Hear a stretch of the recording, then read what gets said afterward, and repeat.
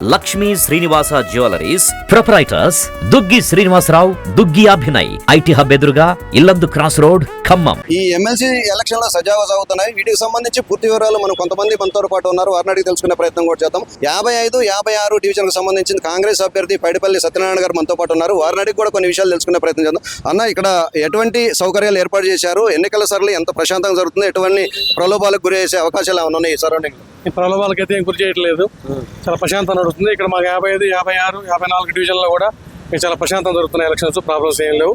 కాకపోతే అధికారుల మట్టికి స్లిప్పుల విషయంలో మట్టికి సరైన శ్రద్ధ వహించలేదు.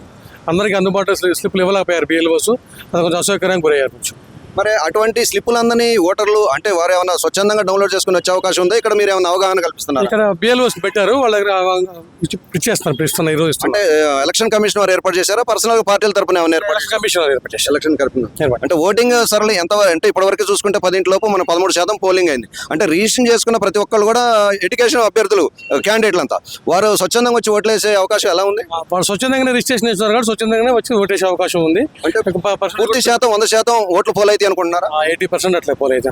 80%. ప్రస్తుతం ఇక్కడ ఎవరికి ఎక్కువ పోటీ ఉందని అనుకుంటున్నారు? ఇక్కడ తిరుమల దగ్గర రాకేష్ దగ్గర. ఓకే, ఇది ఇక్కడ ఒక్కొక్కరు ఒక్కొక్క రీతిగా చెప్తున్నారు. సరే, వారి అభిమానాన్ని వారు వ్యక్తం చేస్తున్నారు.